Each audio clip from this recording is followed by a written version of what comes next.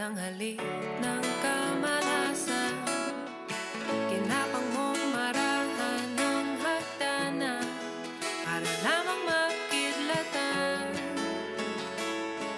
sa kahitaas-taasan. Ngunit kaibigan, huwag kang magpapasindak. Kaibigan, easy lang sa iya. So, okay, good morning class. So today we will be discussing that something unfortunately quite prevalent in our society, drugs, specifically how it affects in the Philippines. So over the years, drug-related issues have become increasingly concerning. It's not all about addiction, it's all about crimes, health problems, and social instability. People may start using drugs for various reasons. Number one is peer pressure. Two is curiosity. And lastly, to with their friends.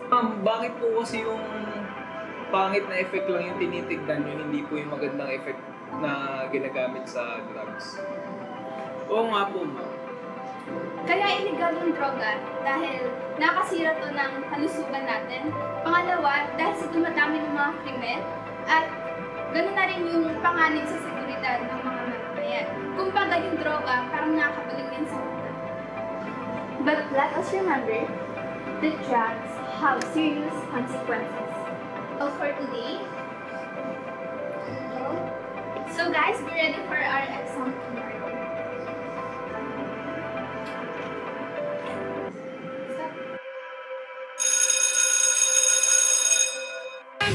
Gugutom na ako. Sungarin kanina po. Saan tayo kain? Titipid kasi ako eh. Baka sa bahay na lang ako. Sa bagay ako din. May pinag-iipunan nga pala ako. O din, may gusto akong bilhin kanina pa. Saan tayo niyan? Okay, sa ba? Sa FC? Tayo eh. Lalabas na tayo ng building. Sa ABB na lang. O pwede. Tambay tayo. Tambay tayo sa building. Tambay tayo sa May building. nabili na akong pagkain. May pera pa naman ako konti dito eh. Tapos may pang-uwi pa ako. Pamasahe. Tara. Tara. Tara.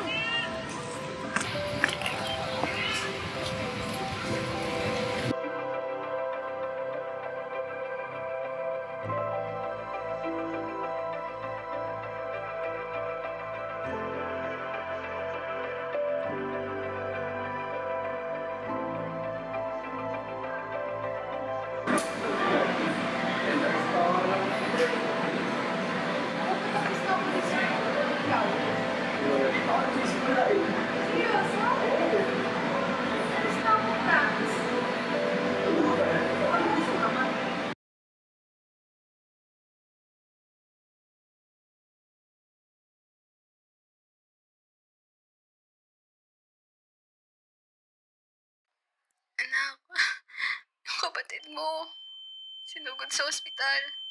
Kailangan natin ng pera. Kailangan niyang operahan. Okay ka lang ba? Okay naman ako. Okay naman. Ano nga ba ulit yung pinag-usapan natin? Sigurado ba ka okay ka lang? Tumawag lang sa akin.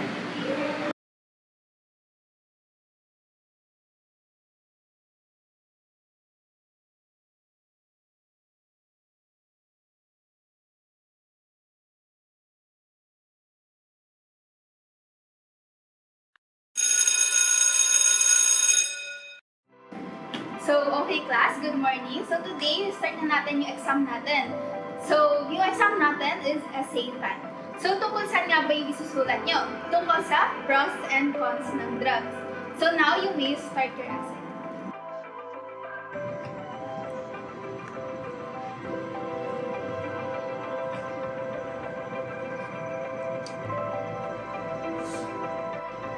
So, okay guys, time's up. Nandito na yung pencil.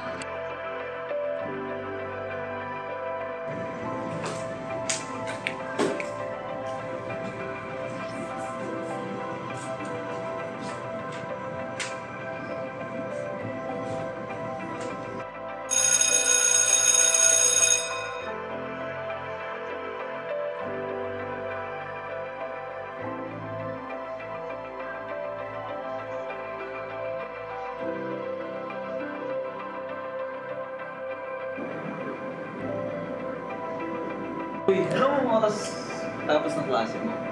Basta last ko na to. Sana all. Ikaw ba? Hanggang 9 pa kasi ako dito. Bakit ang pangit naman ang schedule mo? Late kasi ako nakapag-enroll, ikaw ba? Maaga ako nag-enroll, ano pa lang, parang first day of enrollment pa lang, tapos nakaga ko mag-isip. Totoo ba? Siyempre, paunahan sa slot eh. Ang hirap kasi noon, paunahan, kailangan maaga kang gumising. Parang hindi na ako nakakatulog pag gano'n eh. Ang OA mo, hindi agad nakakatulog. Eh kasi naman, nakakatamad din gumising ng maaga, considering na ang layo ko pa. Huh? Online enrollment naman yun, baka naman late ka lang natulog. Uy, hindi ah. Jesus. Hindi ka sure. Uy, Boy, okay ka lang ba? Uy, okay lang ako. Ano nga ulit yung pinag-usapan natin? hindi na ako pa wala sa issue eh. Oo. Ano lang, kumbaga napatitig lang ako doon, hindi na kasi yung tanawin. Ano ba nangyari sa'yo? Ha? Okay lang ako, pre. Huwag kayong mag-alala sa akin. Ano ba yan? Oo naman.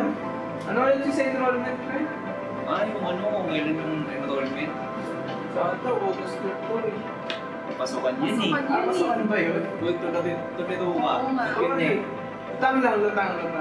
Basta sure ka, okay ka lang. Okay lang ako. Ang problema kung may problema naman pre, dito naman ako nakikinig sa'yo eh. Tuloy natin yung kwentuhan natin. pre.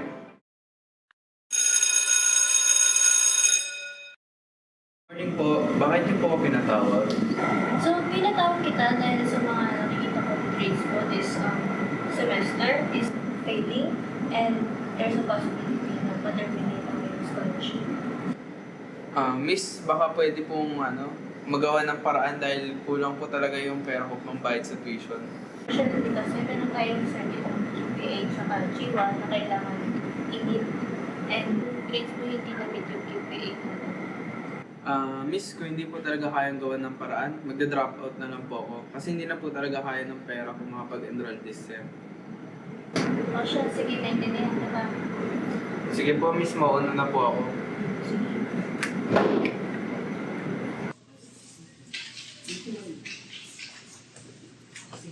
May nabalitaan niyo na ba? Ang alin? Ngayon lalabas yung results ng exam natin. Totoo? Oo. Saan ba yun? Saan nga ba yun? ABB yata or NRH. Di ko alam eh. Tingnan na natin. Tara. Sige, tara. Sana pasado. Kaya nga.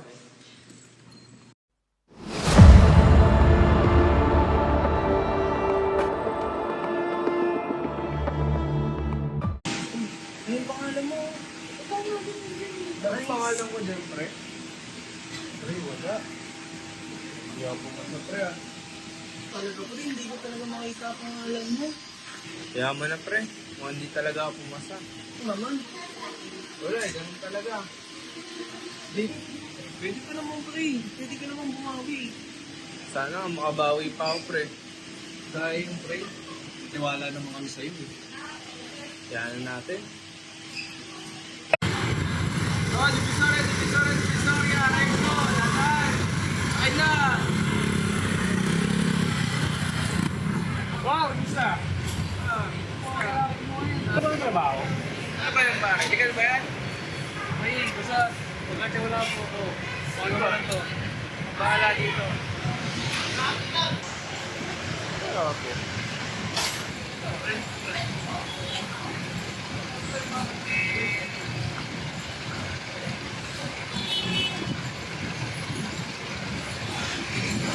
Hello, boss. Balita ko, may trabaho daw dyan, sabi ng kaibigan ko ah. Ano ba yan, boss? Legal ba yan o illegal? Maganda ba kitaan dyan, boss? Ano ba? O sige, boss, pupunta ako dyan. Huwag ka mag-alala. Sige, boss, magkita na lang tayo dyan.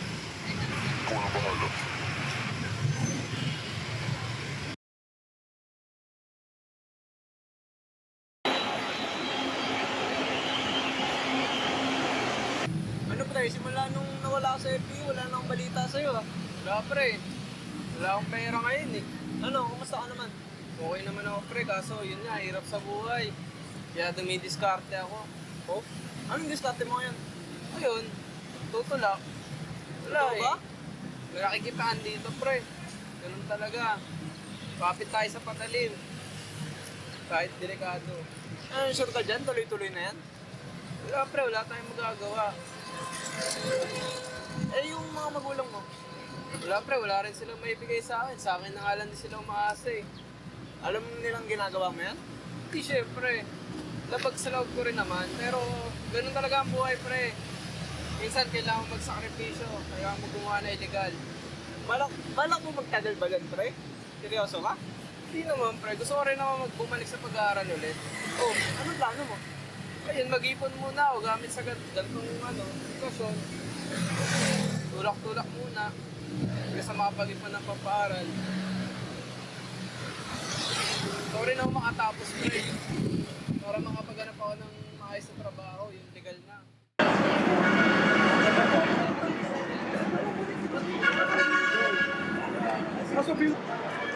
Pre, kamusta? Okay lang ako, pre. Ikaw? Kamusta sa FEU ngayon? Yun, okay pa din. Mahirap pa din. Matik yan, pre. Oh, alam mo na. Diba?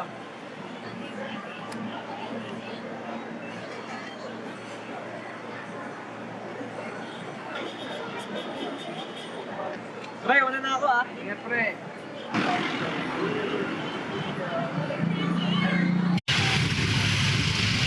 Uy, ano nang balak mo? Uy, ano? Puro na lang bisyo, inom, droga. Nising kong galing, wala ka nang binibigay sa amin. Nangkin na naman yung kapatid mo sa bahay. May sakit, di mo naawa. Tinigil mo na kayo pag-aaral mo eh. Ano na yung kinabukasan mo? Ano, gusto mo na lang ba habang buhay nasa lansangan? Kulang na lang mahuli ka. Ano pag nahuli ka, paano na kami? Ano, Uy? Wala ka na ibang gagawin, kundi yan na lang, habang buhay? Hindi na ba yung gusto mo sa kinabukasan mo? Tama na, naririndi na ako. Puro na lang mali ko pinapansin nyo. Hindi nyo nakikita yung mga sakripisyong ginagawa ko para sa inyo. Tangina, anong sakripisyong sinasabi mo? Eh ikaw, anong pinagsasabi mo? Ano ba ginagawa mo? Palagi ka lang naman nasa bahay, puro ka chismis.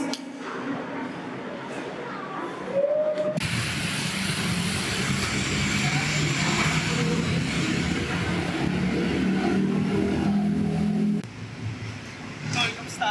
Tol, kumusta? Ayos lang. Ikaw? Okay naman. Hoy! Gagalaw! Tol, takbo!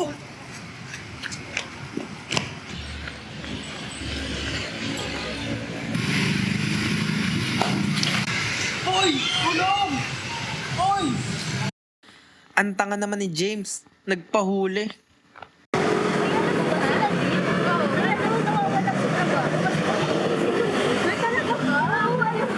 Ay, ako talaga yung babae. Pangarap naman nila. Sana sa wala. Gano'n sila kalaman? Ito lang dito karaan.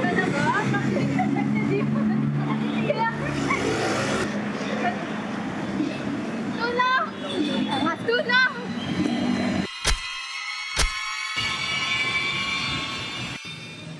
Putang ina, anong ginawa ko? Akala ko totoo ka. Pero bakit puro problema at kamalasan yung binibigay mo sa akin? Puro pagsubok na lang. Nakakapagod na.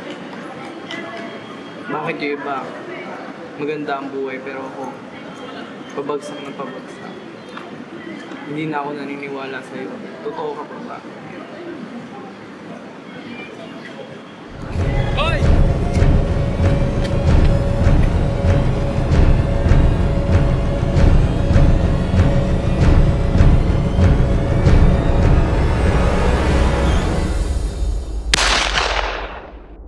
Maaraw umuulan.